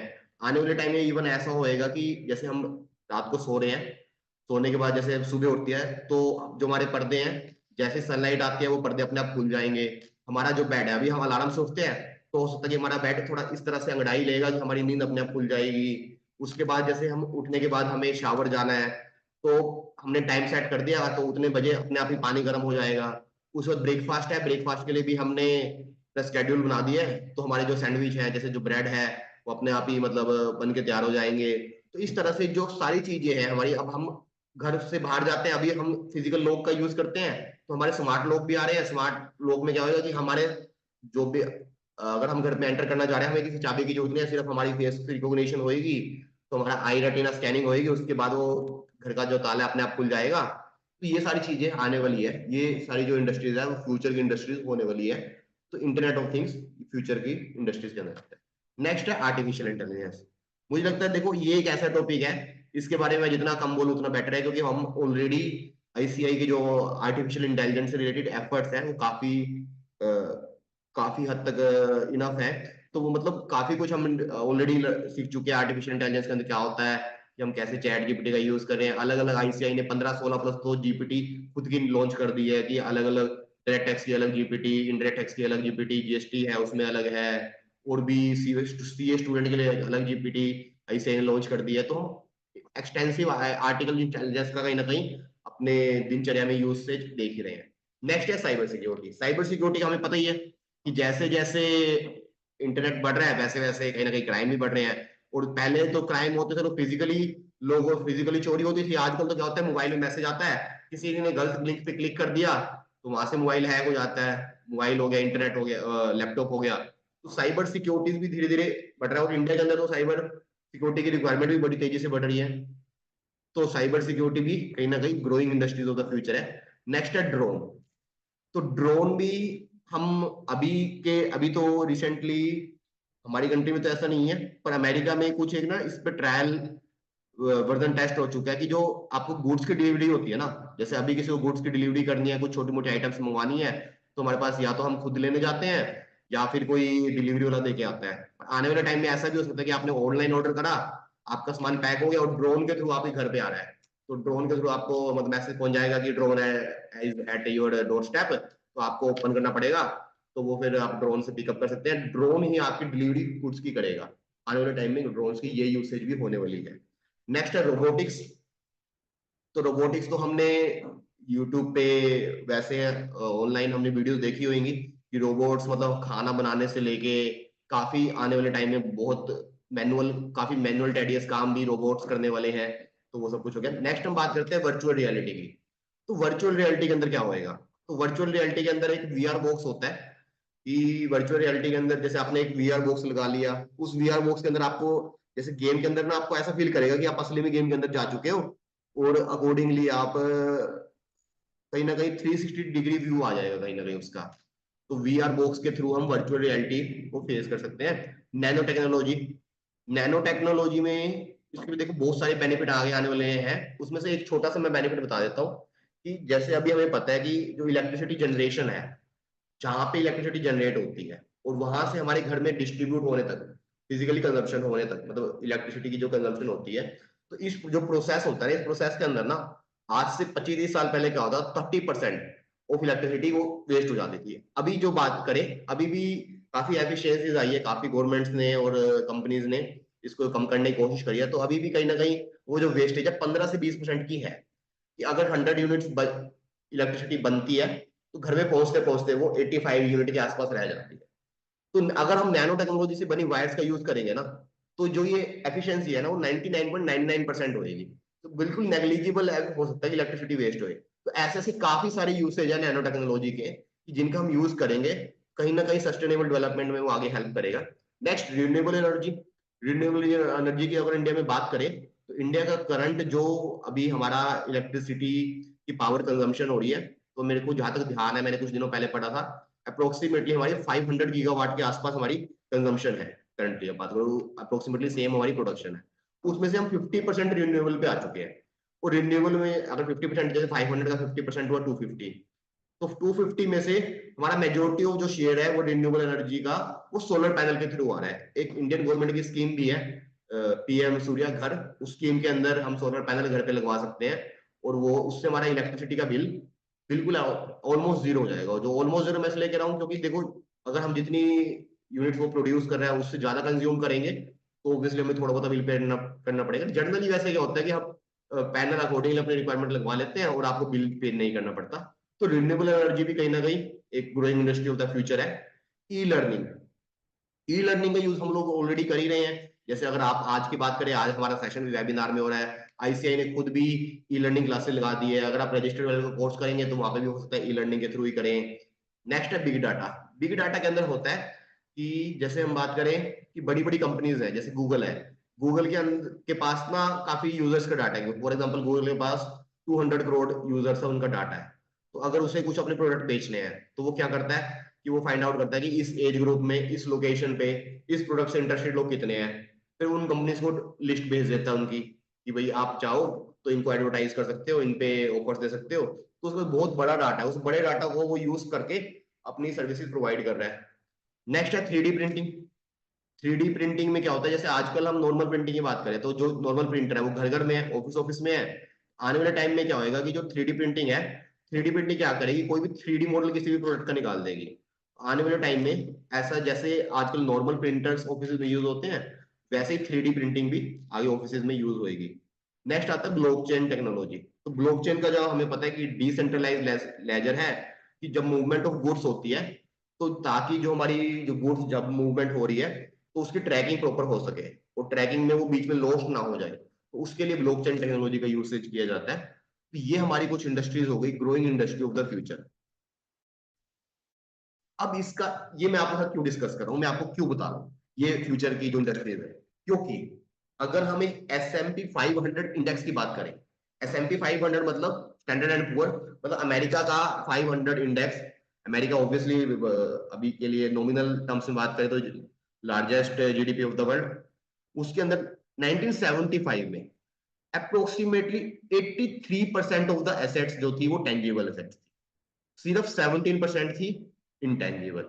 उसमें 1995 की बात करें तो जो टेंजिबल एसेट थी वो 83% से कम हो गई 32% रह गई, इनटेंजिबल जो थी वो 70 से ज्यादा हो गए 68% रह गई 1995 में। और स्टेट फॉरवर्ड 2020 बात करें, जो वर्ल्ड की टॉप, देखो मैं एग्जैक्टली वर्ल्ड की तो नहीं होगी लेकिन चलो अमेरिका की टॉप बात कर लेते हैं, अमेरिका की टॉप 500 कंपनीज, उसमें से 90% ऑफ जो उनकी एसेट्स है 2020 में, 2020 तो आज से भी 5 साल पहले हो गया, उसमें से 90% जो एसेट है उनके वो इनटेंजिबल एसेट्स हैं, और सिर्फ 10% जो एसेट्स है वो टेंजिबल एसेट्स है।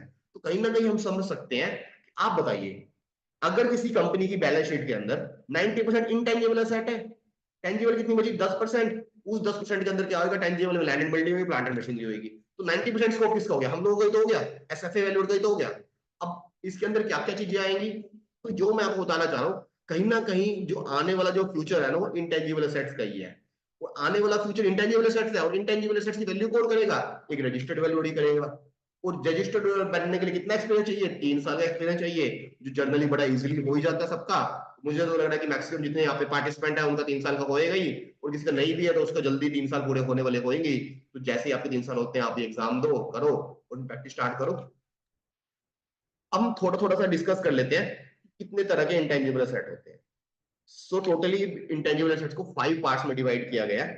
Number 1 is customer based intangible asset. So customer related intangible assets के अंदर कुछ कस्टमर कॉन्ट्रैक्ट्स होते हैं, कुछ ऑर्डर और प्रोडक्शन बैकलॉग एक्सेट्रा लिस्ट होती हैं, तो उन्हें कहते हैं कि कस्टमर्स की डिटेल्स है उसके बेस पे इंटेंजिबल। नेक्स्ट होता है marketing intangible assets. So marketings में क्या होता है कि उसमें primarily marketing and promotion of product and services होते हैं। They are typically protected through legal means and therefore generally meet the contractual legal criteria for recognition separately as an intangible assets. तो marketing के base पे जो assets होते हैं जिनका primary use सिर्फ और सिर्फ marketing and promotion of product और सर्विस के लिए होता है। जैसे कोई अगर आपके पास मार्केटिंग प्लेटफॉर्म है, जैसे गूगल की बात करें, गूगल के पास अपना खुद का एक गूगल का जैसे पेज है, तो अगर किसी को मार्केटिंग करनी है तो मार्केटिंग गूगल अपने प्लेटफॉर्म का use only and only marketing के लिए भी कर सकता है, कि भाई कोई लोगों का देखो गूगल क्या कर सकता है, कस्टमर की लिस्ट भेज सकता है लोगों को, कंपनियों को। लेकिन अगर वो चाहता है मैं नहीं भेजता कंपनियों की लिस्ट, मैं चाहता हूँ कि लोग मेरे प्लेटफॉर्म पे मेरे यूट्यूब पे एडवर्टीजमेंट करें, तो अगर कोई यूट्यूब पे आके एडवर्टीजमेंट कर रहा है तो वो मार्केटिंग बेस्ड प्लेटफॉर्म भी तो हो गया, तो वो भी तो कहीं ना कहीं उसके अकॉर्डिंग इंटेंजिबल एसेट होगी। नेक्स्ट है कॉन्ट्रैक्ट बेस।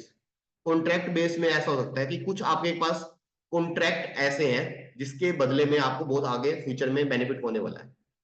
तो फॉर एग्जाम्पल कोई हम कह सकते हैं कि आपके पास एक कंपनी का कॉन्ट्रैक्ट है, उस कॉन्ट्रैक्ट के चक्कर में आपको अलग अलग फर्दर असाइनमेंट्स मिल रही है, तो उस केस में कॉन्ट्रैक्ट बेस्ड इंटेंजिबल एसेट्स भी आ सकता है। नेक्स्ट है टेक्नोलॉजी बेस्ड। टेक्नोलॉजी बेस्ड तो हम आजकल देख ही रहे हैं कि कितने इंटेंजिबल एसेट्स जैसे होते हैं, जिसमें जैसे कि सॉफ्टवेयर कोई लॉन्च कर दिया, कोई हार्डवेयर लॉन्च कर दिया जिसमें टेक्नोलॉजी का यूसेज है, कोई सॉफ्टवेयर एज अ सर्विस बेच रहा है, कोई सॉफ्टवेयर एज अ प्रोडक्ट बेच रहा है, तो ये सारे आईटी बेस्ड हो गए। नेक्स्ट हो गए आर्टिस्टिक बेस। आर्टिस्टिक बेस मतलब जैसे कोई पेंटिंग बना दी, कोई बुक्स लिख दी, कोई मैगजीन हो गया, कोई म्यूजिकल वर्क हो गया, कोई ऑडियो वीडियो होगी स्पेसिफिकली, मतलब वो उसमें आर्ट का यूज है, पर्सनल की नॉलेज का यूज हो रहा है, तो ये सब कुछ हो गया हमारा इंटेंजिबल एसेट्स से रिलेटेड। सो कोई क्वेश्चन अगर किसी का है तो you may feel free to ask. अगर आपका कोई क्वेश्चन है तो आप पूछ सकते हैं।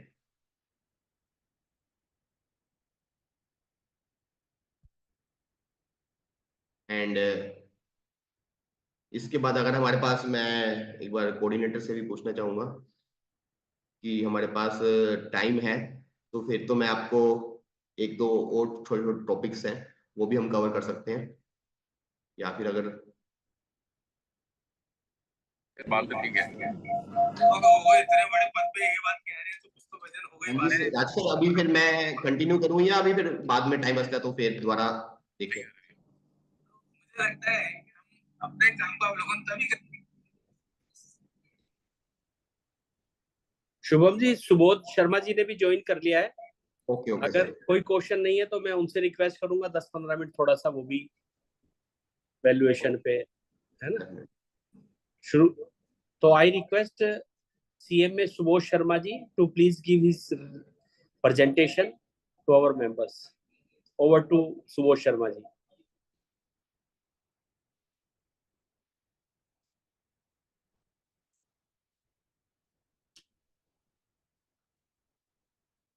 कोई क्वेरी पेंडिंग तो नहीं अभी शुभम जी?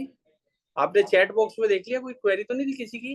नहीं सर, चैट बॉक्स वाली क्वेरीज तो साथ के साथ हमने सोल्व कर दी है।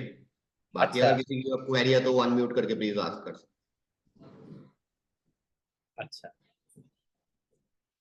मैं एक मिनट सुबोध जी को बोलता हूँ ज्वाइन करने के लिए।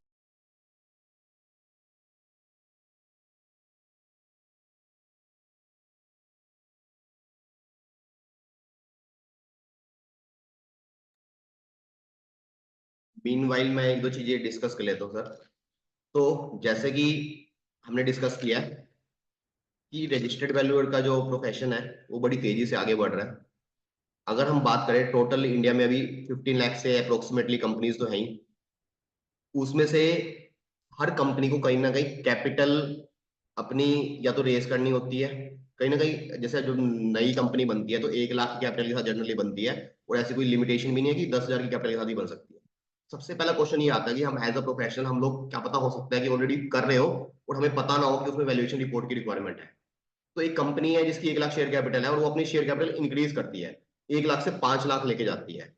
तो क्वेश्चन ये है कि अगर पहले जो एग्जिस्टिंग शेयर कैपिटल थी मिस्टर ए के पास 60,000 थी, मिस्टर बी के पास 40,000 थी, और इस केस में अगर उन्होंने अपनी कैपिटल इंक्रीज कर ली 5 लाख में, और जो नए शेयर होल्डर है तो नए शेयर होल्डर मिस्टर ए और बी के अलावा है, जो हो सकता है कुछ शेयर ए को जाने हैं, कुछ बी को जाने हैं, और कुछ मिस्टर सी और डी को जाने हैं जो हो सकता है फैमिली मेंबर है। तो क्या उस केस में वैल्यूएशन की रिक्वायरमेंट है? आपको क्या लगता है, अगर कोई बताना चाहे तो? यस, उस केस में भी आपको अगर हमारी शेयर कैपिटल इंक्रीज होती है तो वैल्यूएशन की रिक्वायरमेंट रहेगी। ठीक है, thank you very much everyone. And अगर आपको कोई क्वेश्चन है चैट बॉक्स में लिख सकते हैं। ओवर टू यू सुबोध जी।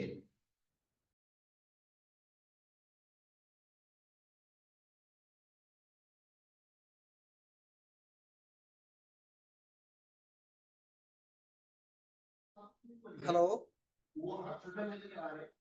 हाँ जी आप ऑडिबल है sir. Thank you Shubham sir, thank you. Shubham sir ने तो बताया इसके बारे में, स्कोप के बारे में, scope of the registered value, ठीक है ना। तो सर वैल्यूएशन का एग्जाम कैसे पास करना है वो भी शुभम सर आपने डिस्कस करा है अगर एंड में टाइम बचेगा तो सर कर लेंगे। है ना, ठीक है ना। नहीं ठीक है सर, मैं भी अपनी पीपीटी ओपन कर लेता हूँ सर।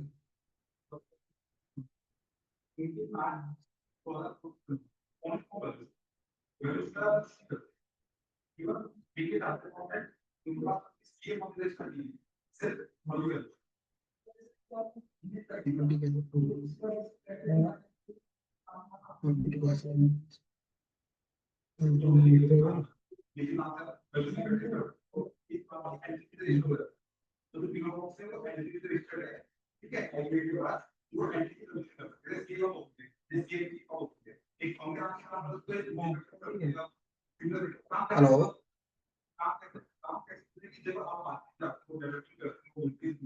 हेलो। हाँ सुबोध जी, आप प्लीज अपनी प्रेजेंटेशन शुरू कर सकते हैं। अच्छा अच्छा अच्छा, एक मिनट। तो सर हम लोग डिस्कशन कर लेते हैं कि how to become registered value. पहले क्या हो रहा था सर, हमारा वैल्यूएशन का जो प्रोफेशन था वो कहीं से कोई रेगुलेट नहीं हो रहा था, जिसकी जैसी मर्जी हो रही थी ऐसे वैल्यूएशन रिपोर्ट बन जा रही थी मार्केट में। वैल्यूअर भी जो है उनके ऊपर भी कोई अथॉरिटी नहीं थी जो उन्हें रेगुलेट कर पा रही थी। सर मेरी पीपीटी दिख रही है? राज सर मेरी पीपीटी दिख रही है? हाँ जी सर, विजिबल है सर। अच्छा।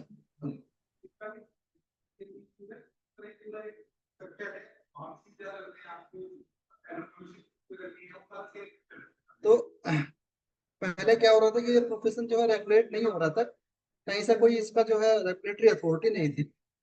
तो कंपनीज एक्ट 2013 में इन्होंने एक सेक्शन इंसर्ट किया, सेक्शन 247, और उसमें बोला कि जी हम इस प्रोफेशन को कंट्रोल और रेगुलेट करेंगे। अब क्या है कि गवर्नमेंट है अपना वादा करके भूल गई, ठीक है ना जी।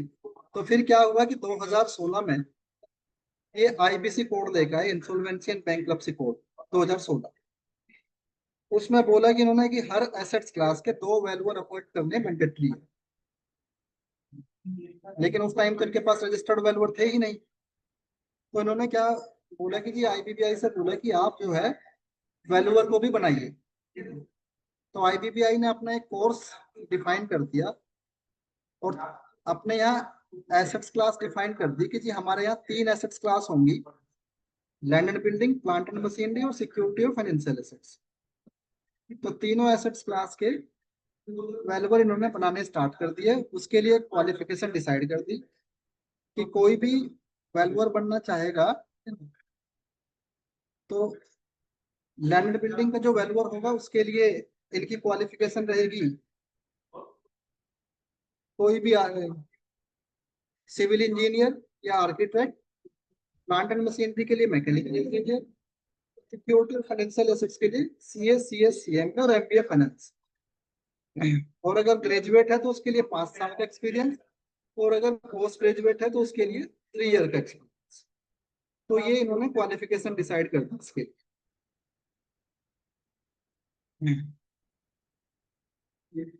ये हमारी एसेट्स क्लास हो गई थी। अब इसके लिए इन्होंने क्या बोला कि कोई भी मेंबर जो रजिस्टर्ड वैल्यूअर बनना चाहता है और उसके पास रिलेवेंट एक्सपीरियंस है तो पहले 50 आवर्स की मैंडेटरी ट्रेनिंग करे। अब ट्रेनिंग कौन करेगा, कौन कराएगा? इन्होंने आईबीपीआई ने बनाए आरबीओ, रजिस्टर्ड वैल्यूअर ऑर्गेनाइजेशन। अभी आरबीओ कौन होंगे? ये हमारे सी इंस्टीट्यूट का भी आरबीओ है, सीएस इंस्टीट्यूट का भी आरबीओ है, सीएमए इंस्टीट्यूट का भी आरबीओ है, और 11 आरबीओ मार्केट में और है। तो आज की डेट में टोटल 14 आरबीओ जो इस 50 आवर्स के लिए ट्रेनिंग करा रहे हैं। तो कोई भी जो वैल्यूअर बनना चाहता है किसी भी आरबीओ में जाकर अपने आप को रजिस्टर्ड कराए और उनकी 50 आवर्स की ट्रेनिंग करें। ठीक है जी। उसके बाद ट्रेनिंग हो गई हमारी, उसके बाद आता है एग्जाम। एग्जाम कौन लेगा? एग्जाम लेने के लिए हमारे पास NISM है, national institute of security market. ये सेबी का इंस्टीट्यूट है। आपकी क्वालिफिकेशन हो गई कंप्लीट, आपका ट्रेनिंग हो गई, उसके बाद आपने एग्जाम के लिए एनरोल करा लिया। एग्जाम आपका 100 मार्क्स का होगा, जिसमें से आपको 60 मार्क्स लेके आने, 60% लेके आने हैं विद नेगेटिव मार्किंग, 25% इसमें नेगेटिव मार्किंग। 2 आवर्स का आपका एग्जाम होगा, MCQ बेस्ड आपका टेस्ट होगा। जैसे ही आप एग्जाम सबमिट करोगे साथ के साथ आपका रिजल्ट आ जाएगा। दो एग्जाम के बीच में आपको मिनिमम 30 डेज का गैप रखना मैंडेटरी है। ये हमारा एग्जाम हो जाएगा सर। इसके बाद हम एग्जाम क्लियर हो गया, हम आईबीपीआई को डालेंगे, है ना, अपने रजिस्ट्रेशन के लिए application form with fees with relevant experience, exam पास का प्रूफ। उसके बाद हम आईबीपीआई से हमें जो है रजिस्ट्रेशन सर्टिफिकेट ग्रांट हो जाएगा अगर हमारी एप्लीकेशन सही पाई जाती है। और सर्टिफिकेट ऑफ प्रैक्टिस हमारा अपना आरबीओ देगा, जिस आरबीओ से हमने ट्रेनिंग करी है, जिस आरबीओ में हम यहाँ इनरोल है। तो इसके बाद हम रजिस्टर्ड वैल्यूअर की प्रैक्टिस कर सकते हैं। जब हमारी प्रैक्टिस होगी तो कोई भी जॉब के साथ इसकी प्रैक्टिस नहीं कर सकता। हम अपनी जो है जब इसकी प्रैक्टिस करने जाएंगे तो हमारे पास फुल टाइम हम प्रैक्टिस में होने चाहिए। हम अपने सीए की प्रैक्टिस के साथ इसकी प्रैक्टिस कर सकते हैं, सीएस की प्रैक्टिस के साथ प्रैक्टिस कर सकते हैं, सीएमए की प्रैक्टिस के साथ इसकी प्रैक्टिस कर सकते हैं। ऐसा कोई इसमें बाउंडेशन नहीं है। और जैसा कि शिवम सर ने बताया कि इसमें वर्क ऑफ स्कोप बहुत बड़ा है। कंपनीज एक्ट में कोई भी वैल्यूएशन होगी तो वो सिर्फ रजिस्टर्ड वैल्यूअर ही देगा, दूसरा कोई वैल्यूअर वहां रिकॉग्नाइज नहीं होगा। आईबीसी में कोई भी वैल्यूएशन जाएगी तो उसमें भी हमारा रजिस्टर्ड वैल्यूअर ही वैल्यूअर होगा। फेमा में अभी भी रजिस्टर्ड वैल्यूअर रिकॉग्नाइज नहीं है। फेमा में वैल्यूअर की जो डेफिनेशन है वो practising chartered accountant, practising cost accountant और मर्चेंट बैंक है। ये सर पूरा वैल्यूएशन का था, कैसे हम लोग वैल्यूअर बन सकते हैं। Over to Raj sir. Hello.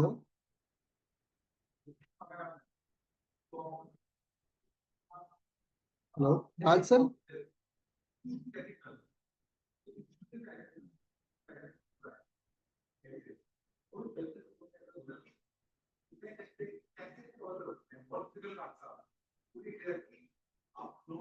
Hello. हाँ सर, सर हो गया अपना जो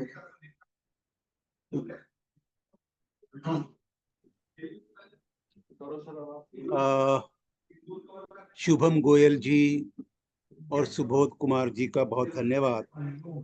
आप सभी सहमत होंगे कि इन्होंने बहुत जो है डिटेल में वैल्यूएशन के टॉपिक को कवर किया। वैल्यूएशन का कितना बड़ा स्कोप है आने वाले समय में, कैसे टेंजिबल से इंटेंजिबल असेट्स की तरफ जो है उनका जो स्कोप बढ़ता जा रहा है, इंटेंजिबल का जो है, और इसी प्रकार से इन्होंने पूरा डिटेल में बताया कि क्या क्वालिफिकेशन है, कैसे हम रजिस्टर्ड वैल्यूअर बन सकते हैं। तो ये सारी चीज़ें जो है, और आप लोगों की सारी क्वेरीज का उन्होंने जवाब दिया, तो मैं समझता हूँ आप इससे आप बहुत संतुष्ट होंगे और आप अपना जो रजिस्टर्ड वैल्यूअर बनने का जो आपका पहला कदम है, आप उसकी तरफ कदम बढ़ाएंगे। मैं सबके लिए शुभकामनाएं व्यक्त करता हूँ, सबको सफलता के लिए जो है प्रार्थना करता हूँ प्रभु से, और उम्मीद है हम मिलते रहेंगे। आप अपनी कोई भी किसी भी प्रोफेशनल टॉपिक पे अगर आप कहेंगे तो हम लोग जो है चावला साहब ये टॉक जो है ऑर्गेनाइज कराते रहेंगे, रेगुलरली वो कराते रहते हैं, कराते रहेंगे, ठीक है।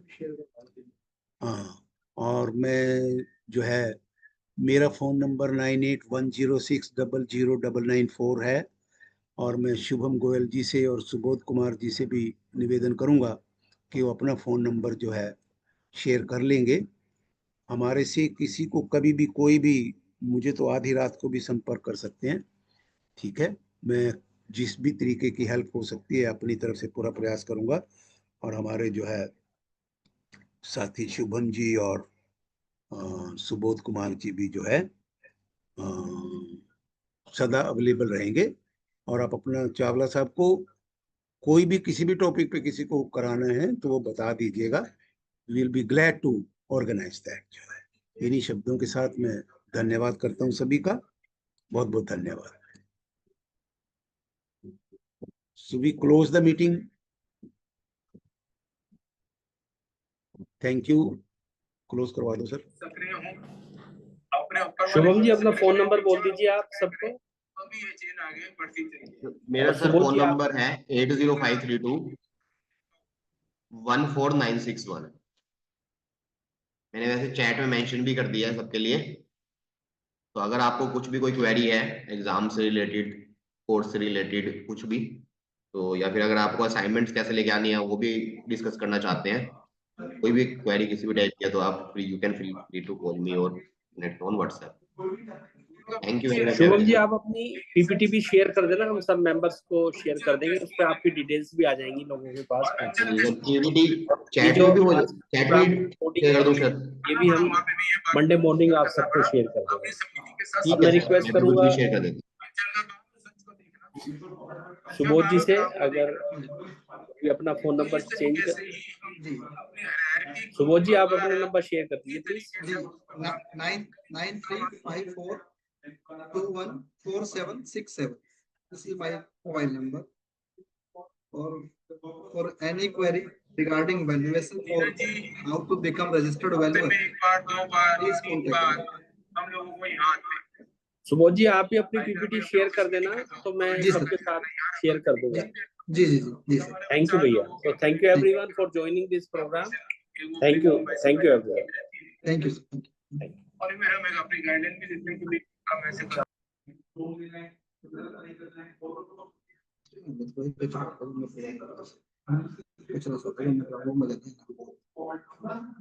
कुछ